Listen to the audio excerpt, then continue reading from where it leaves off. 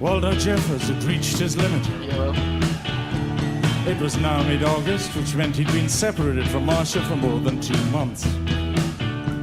2 months, and all he had to show are 3 dog-eared letters and 2 very expensive long-distance phone calls. 2 when school had ended and she'd returned to Wisconsin, and he to Locust, Pennsylvania. She had sworn to maintain a certain fidelity. She would date occasionally, but merely as amusement. She would remain faithful. But lately, Waldo had begun to worry. He had trouble sleeping at night. When he did, he had horrible dreams. He lay awake at night, tossing and turning underneath his pleated quilt protector. Tears welling in his eyes as he pictured Marcia, her sworn vows overcome by liquor and the smooth soothing of some Neanderthal, finally submitting to the caresses of sexual oblivion.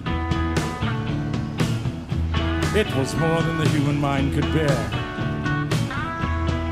Visions of Marcia's faithlessness haunted him.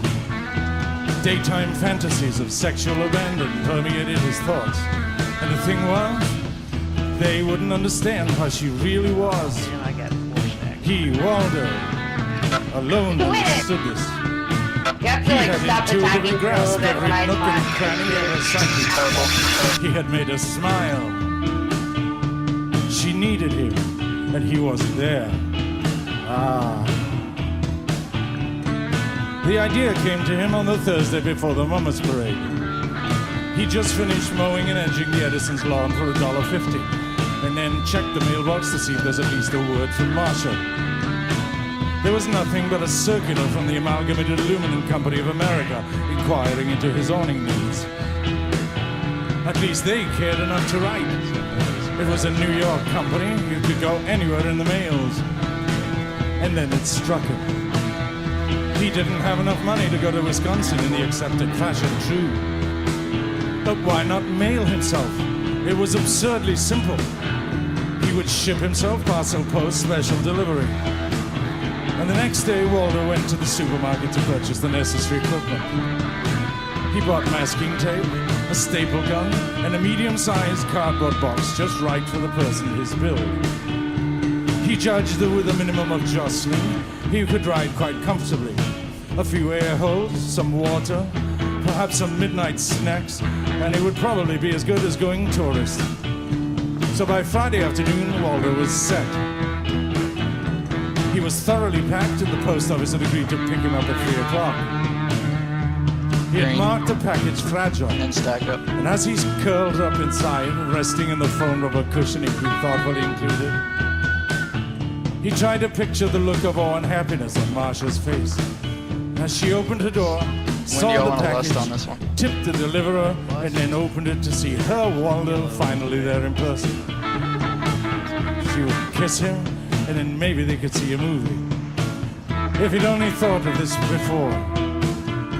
Suddenly, rough hands gripped his package, and he found himself borne up, landing with a thud in a truck and was off. Marcia Bronson had just finished setting her hair. Yeah, way down there. It had been a very rough weekend. She had to remember not to drink like that.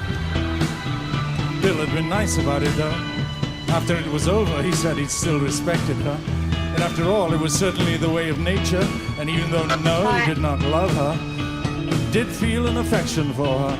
And after all, they were grown adults. Oh, and Bill could teach Waldo. But that seemed many years ago. Sheila Klein, her very, very best friend, walked in through the porch screen door and into the kitchen. Oh, God, it's absolutely maudlin outside, she said. I know what you mean.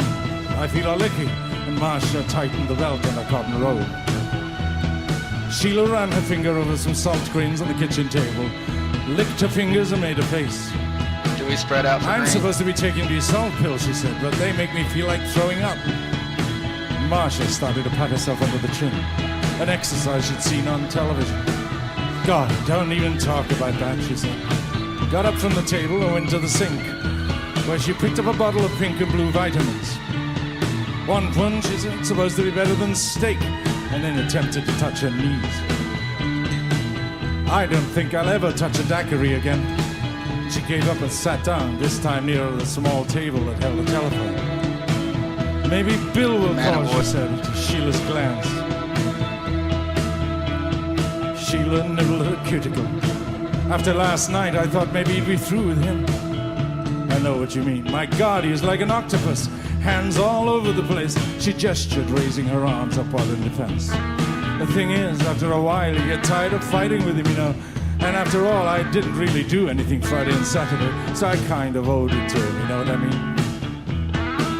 She started to scratch. Sheila was giggling with her hand over her mouth. I tell you, I felt the same way, and even after a while, here she bent forward in a whisper. I wanted to, and now she was laughing very loudly.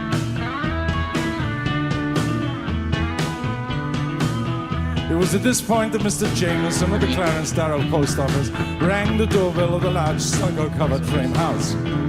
When Marcia Bronson opened the door, he helped her carry the package in, had his yellow and green slip signed, and left with a tip that Marcia had gotten out of her mother's small beige pocketbook in the den. Yeah, I got it. What do you think it is? Sheila asked. Marcia stood with her arms folded behind her back. She stared at the brown carpet carton that sat in the middle of the living room. I don't know, she said. Inside the package, Waldo quivered with excitement as he listened to the muffled voices. That or a shocker. Sheila ran her fingernail over the masking tape that ran down the center of the carton. Why don't you look at the return address and see who it's from? Waldo felt his heart beating. He could feel the vibrating footsteps. It would be soon. Marcia walked around the carton and read the ink-scratched label. Oh, God, it's from Waldo. That schmuck, said Sheila. Waldo trembled with expectation. Well, you might as well open it, said Sheila. Both of them tried to lift the staple flap. Whoa, said Marcia, groaning. He must have nailed it shut. They tugged on the flap again. My God, you need a power drill to get this thing open. They pulled again. You can't get a grip, and they both stood still. Only get one battle res. Purple. Why don't you get a scissor, said Sheila.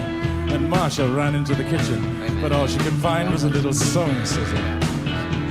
Then she remembered that her father kept a collection of tools in the basement. She ran downstairs, and when she came back up, she had a large sheet metal cutter in her hand. This is the best I could find. She was very out of breath.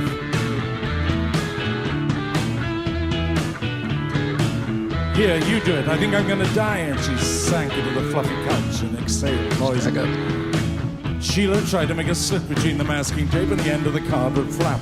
But the blade was too big and there wasn't enough room. God damn this thing, she said, feeling exasperated. Hell yeah. And smiling, she said, I've got an idea. What? Said Marcia. Just watch, said Sheila, touching her finger to her hand. Inside the package, Waldo was so transfixed with excitement he could barely breathe. His skin felt prickly from the heat, and he could feel his heart beating in his throat. It would be soon. Sheila stood quite upright and walked round to the other side of the package. Then she sank down to her knees, grasped the cutter by both handles, took a deep breath, and plunged the long blade through the middle of the package, through the masking tape, through the cardboard, through the cushioning, and right through the center of Waldo Jeffers' head, which split slightly and caused little rhythmic arcs of red to pulsate gently in the morning sun. Feel like crazy when they get here.